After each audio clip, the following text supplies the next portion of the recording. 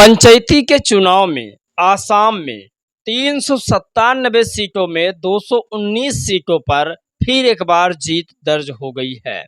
आज इस वीडियो में सारी जानकारी आपको दूंगा। बिहार में चंद्रशेखर आजाद का आज रैली था, यानी कल रैली था, जिसकी रिव्यू आज हम आपके सामने करेंगे। और आपको बता दें कि चंद्रशेखर का जनाधार बढ़ रहा है। बीएसपी के लोगों को कैसे समाजवादी पार्टी के पत्रकार गुमराह कर रहे हैं, ये भी आपको बताएंगे। नमस्कार दोस्तों, मेरा नाम पराग है और आप सभी का एक नए वीडियो में बहुत बहुत स्वागत है। आज सबसे बड़ी खबर, आसाम में पंचायती का चुनाव था और पंचायती चुनाव में 397 सीटें थी। 397 सीटों में 219 सीटों पर बड़ी जीत दर्ज हुई है। ये आपको बताएंगे, बहुत ज़रूरी है हम सबके लिए सुनना, कैसे आखिर जीत हो जाती है और बहुजन नेताओं की हार हो जाती है। ये भी हम सबके लिए जानना समझना बहुत ज़रूरी है। दरअसल बीजेपी की असम में प्रचंड जीत हुई है। पंचायती का चुनाव था और इस पंचायती के चुनाव में भारतीय जनता पार्टी ने इतनी बढ़िया बढ़त बनाई है। अब मशीन से जीती है या फिर कैसे जीती है, ये तो वहाँ की जनता निर्णय लेगी और ऐसा लगता है कि निर्णय ले चुकी है। तभी तो 219 सीटें 397 सीटों में आई है, प्रचंड जीत आई है। तो ये बड़ी खबर है। बीएसपी वहाँ पर चुनाव पंचायती में नहीं लड़ रही थी। इससे पहले उन्होंने विधानसभा का चुनाव लड़ा था। 1% से भी कम वोट असम में था। बीएसपी का सबसे ज़्यादा वर्चस्व उत्तर प्रदेश, राजस्थान, मध्य प्रदेश, बिहार, इन सब क्षेत्रों में रहता है। और असम थोड़ा बहन जी का कम वोटर भी हैं और वहाँ पर टीमें अभी कम है। बहन जी की टीम ज़्यादा काम नहीं कर रही है। मुसलमानों के लिए बड़ा संदेश है। कल पत्रकार सैयद कासिम ने अपने पत्रकार के अपने चैनल पर उन्होंने बाइट देते हुए कहा है कि मुसलमानों के लिए जो भी काम किया था वो मायावती ने किया था, अखिलेश यादव ने उसे पूरा ख़त्म करने का काम किया।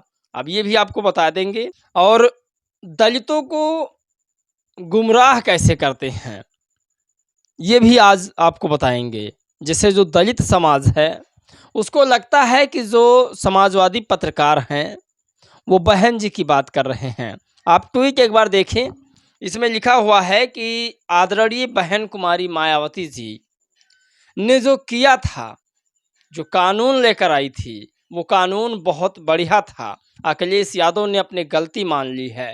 अब यहाँ बहन जी को ये बताया जा रहा है कि बहुत अच्छी नेता हैं, आदरणीय हैं, लेकिन साथ में ये भी कहा जा रहा है अखिलेश यादव ने बहन जी से माफ़ी मांग ली। तो इसमें आप सोच रहे होंगे कि अखिलेश यादव मायावती जी से थोड़ा निचले पायदान पर नेता हैं, लेकिन ऐसा कुछ नहीं है। इन पत्रकारों का षड्यंत्र आपको मैं भी समझाता हूँ। इन पत्रकारों का असल षड्यंत्र क्या है वो भी आपको बताएंगे।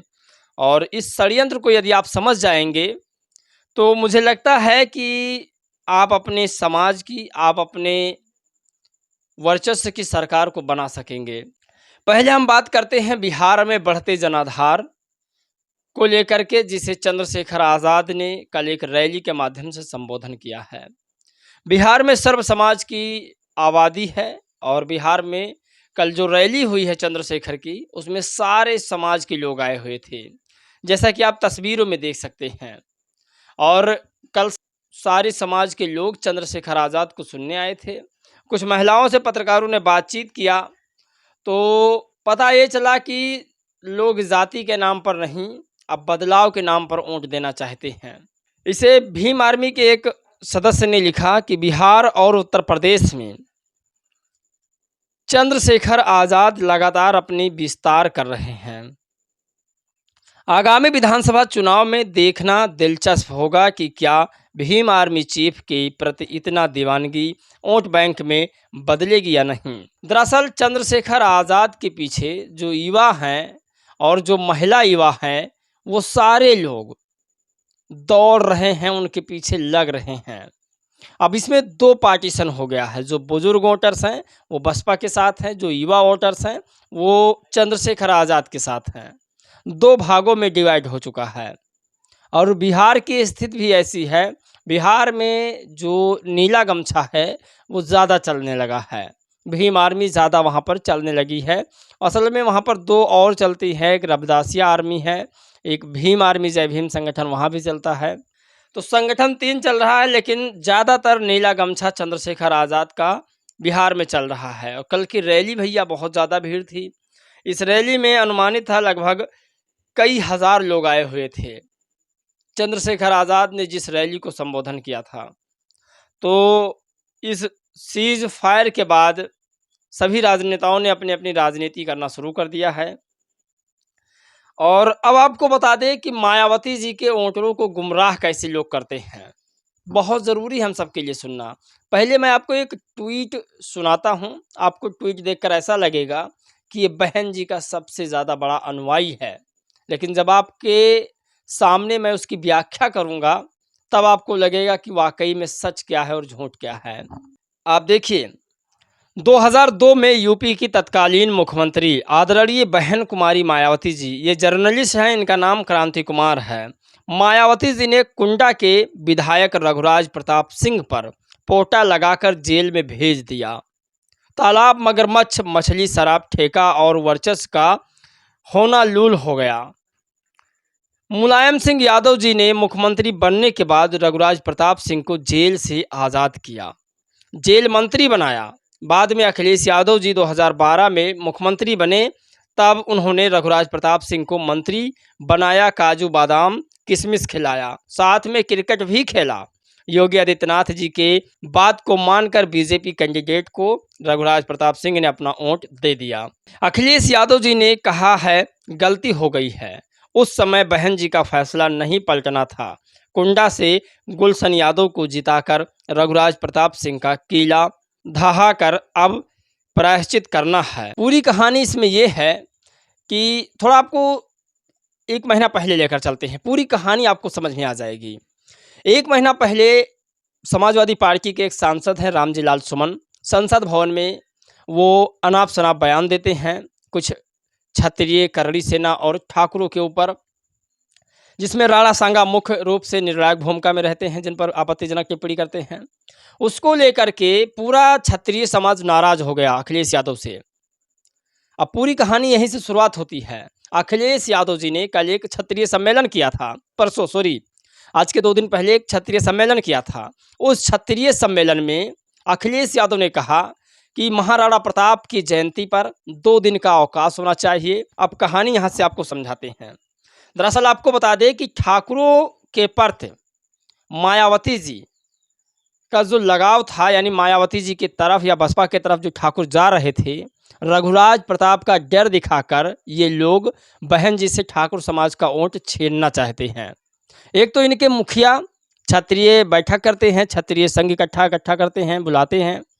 वहीं दूसरी तरफ इनके पत्रकार आदरणीय बहन जी कह करके और ठाकुर समाज के ऊपर जो ठाकुर गलत कर रहे थे, उन पर बहन जी ने जो कीली ठोका था, लगाम लगाया था, उसको लोगों के बीच में पहुंचा रहे हैं। यानी एक तरह से आज ठाकुर समाज को भड़का रहे हैं ये कि बहन जी को अपना वोट मत दीजिएगा, वरना हालात रघुराज प्रताप की तरह हो जाएगा।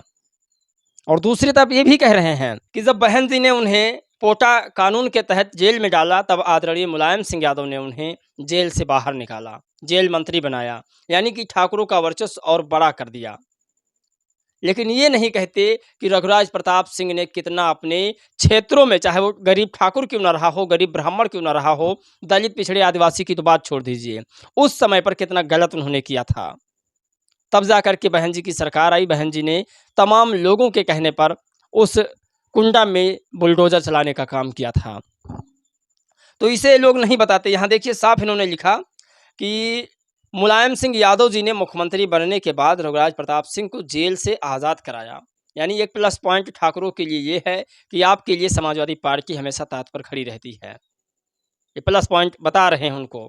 उसके बाद जेल मंत्री बनाया। अखिलेश यादव की जब सरकार आई, तब उनके साथ काजू बादाम खाए, क्रिकेट खेले और एक बड़ा पद दिया, ये भी बता रहे हैं उन्हें। और बहन जी की जब सरकार थी, तब उन्हें जेल में डालने का काम किया। तो ये तमाम तरीक़ा से दलितों के और ठाकुरों के बीच में मतभेद करा रहे हैं। ऐसे पत्रकारों को आपको पहचानना होगा।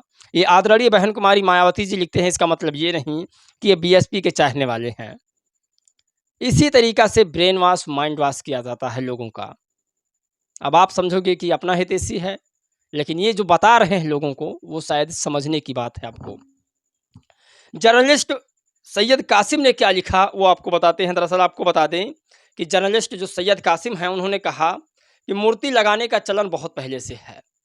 मायावती जी के शासनकाल में तमाम महापुरुषों की मूर्ति लगी और मुस्लिम महापुरुषों की भी मूर्ति लगी, और अखिलेश यादव जी ने अपने एक भी महापुरुषों की मूर्ति कहीं पर भी नहीं लगवाई। मुसलमान, अगर तुम्हारा ज़मीर ज़िंदा है और इतिहास में किसी अपने महापुरुषों की मूर्ति के रूप में देखना चाहते हो या देखना है, तो जर्नलिस्ट सैयद कासिम की यह रिपोर्ट ज़रूर देखें। यह वीडियो बहुत ही आपके मुस्लिम समाज के महापुरुषों को कितना सम्मान आदरणीय बहन जी ने दिया है। दरअसल बहन जी की सरकार थी, तो मुझे पूरी तरीक़ा से याद है, मैंने पढ़ा था मैनिफेस्टो, और जो किया था वो कि जितने मदरसा स्कूल थे, तकरीबन 5000 से ज़्यादा मदरसा स्कूलों को सरकारी किया था, और उसमें टीचर जो थे उनको सरकारी वेतन देने का काम किया था। ऐसा ये पहली बार हुआ था। बीएसपी की सरकार यूपी में बनी थी, तब जो मुस्लिम समाज के बच्चे थे उनको स्कॉलरशिप यानी वजीफ़ा देने का काम किया था। ये सारी खबरें थी जो आज आपके लिए सुनना बहुत ज़रूरी था। बीजेपी को आपको बता दें कि भाजपा ने मंगलवार को असम के पंचायत चुनाव में भारी जीत दर्ज की है, जिसमें 397 जिला परिषद सीटों में से 219 सीटों पर जीत दर्ज की है। 2192 आंचलिक पंचायत निर्वाचन क्षेत्रों में से 901 पर जीत दर्ज की है। तो ये बीजेपी की असम में बढ़त बन रही है। दलितों में कई पार्टियां हैं, दलितों में कई पार्टियां हैं, ओबीसी में कई पार्टियां हैं, कई संगठन हैं। क्या लगता है कि ऐसे बिखराव से सरकार आप बना सकते हो? आप अपनी राय प्रतिक्रिया ज़रूर दीजिएगा। जय भीम, नमो बुद्धाय।